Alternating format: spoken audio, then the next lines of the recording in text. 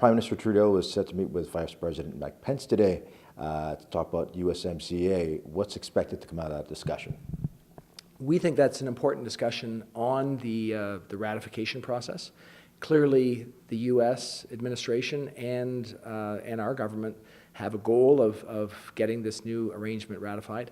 I expect that'll form the core of the discussion. But as always in these sort of discussions between someone at a senior level like Vice President Pence and the Prime Minister, I'm sure they'll talk about a range of other things. What effect did the tariffs have on our steel and aluminum industry? Those tariffs that were in place obviously were a big challenge not only for the steel producers but also for the users of steel. We saw them as not making economic sense.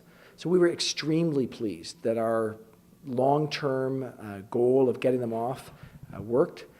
Really, it was a couple of phone calls at the end from the Prime Minister to the President that broke the final logjam. So I think it's really important that we got through that. It's obviously going to make our industry much more able to export appropriately to the United States. And for those people using the steel, it relieves their challenge significantly. So it's a very good news story against a policy that we didn't think made any sense. Just a couple days ago, you said the Ford government had a cut first, think later mentality when it comes to its budget. Can you elaborate on what you meant by the social cost this has on the population? You know, I think we are seeing with the Ford government an approach that is just not considering the challenges that families in this province are going through. When they move to make cuts that are significant, you know, for example, on students. They've put students in a position where it's going to be harder for them to actually get to post-secondary because they might not actually have the capacity to get the level of OSAP that they wanted. So these decisions are not at all getting to what we need to have in our society, which is an ability for people to get the kind of skills and training they need. And I think we're seeing that they are making decisions on the fly, because when you make a decision to make cuts and then you turn it over a week later, it's a big problem.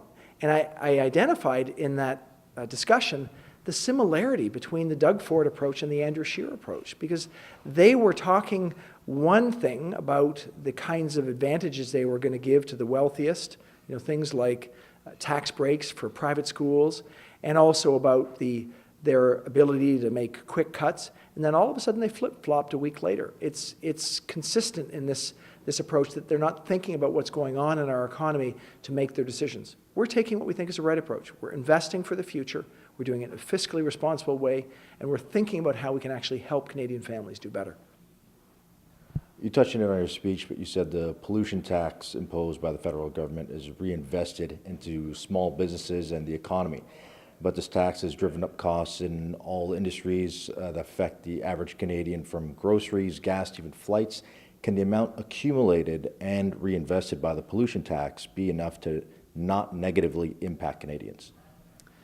We've been really clear. So 100 cents on the dollar of that price on pollution is being refunded back to Canadians. So in the provinces where we have the federal government involved, in Ontario, for example, we've said that they're going to get back that money. So it's $307 on average, and that's a positive situation, as has been reported not only by us, but by the independent parliamentary budget officer, that people are getting back more than they're actually going to be spending.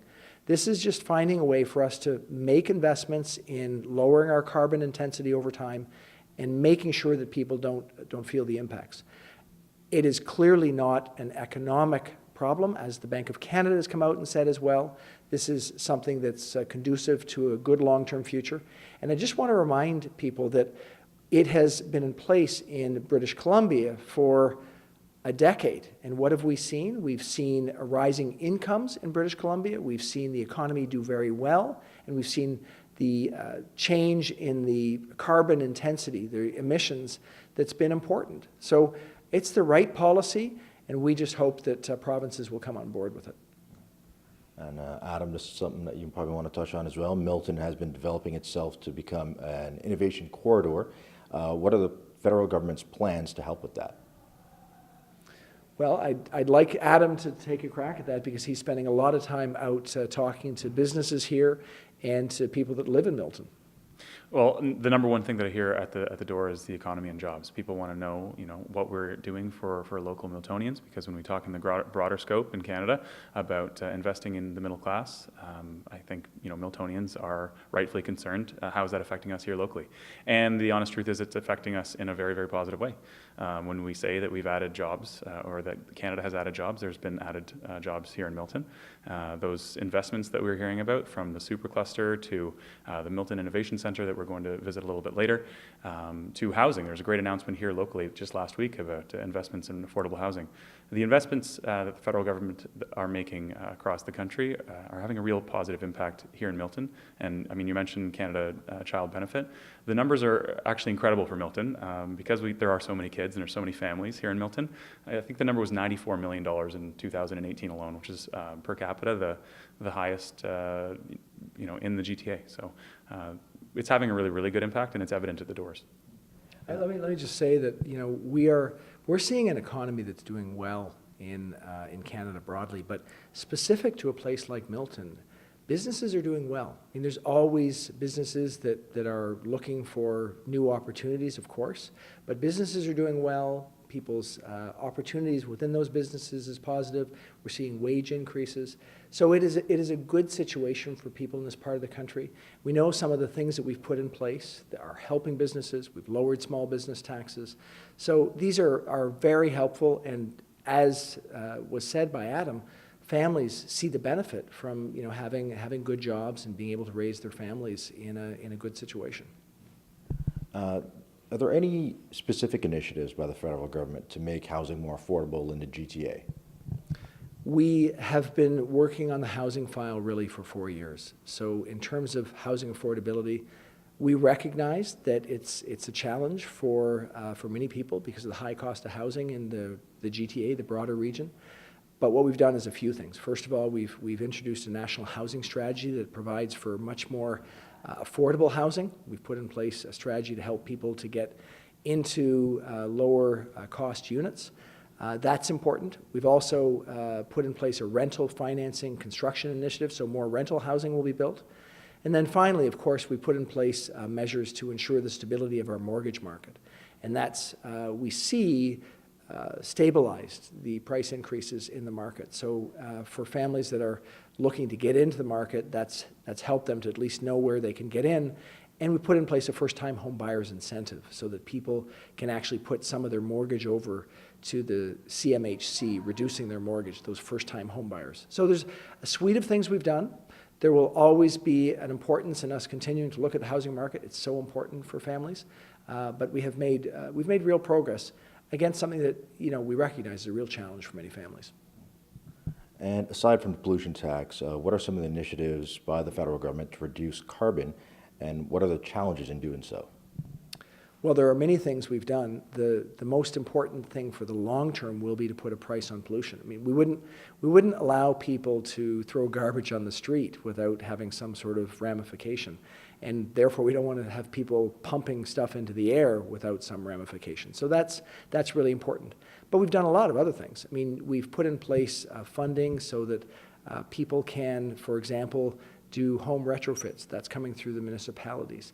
Importantly, in the past budget, we put in place an advantage for people if they're buying low carbon intensity cars. So if you've got zero emission vehicles, you actually now can get a tax advantage in doing that. So we're helping people to make choices that will be good for the environment and good for them. So there's a broad suite of things that we're doing.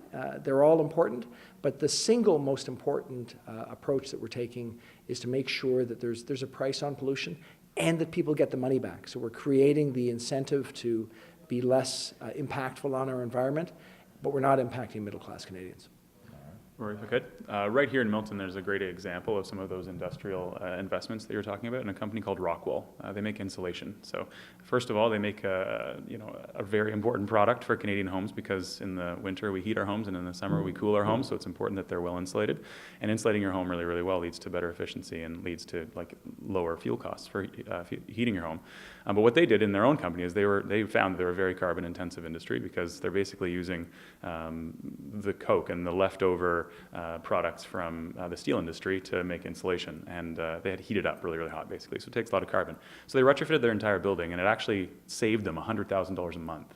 Wow. So Minister of the Environment and Climate Change, Catherine McKenna, was in town about 6 months ago to tour the facility, because it's a real story of innovation and progress. Just by changing their lights, changing how they use rainwater on site, because there's a lot of cooling that they do with rainwater, they've saved money and saved carbon. So they've lowered their footprint while saving money at the same time.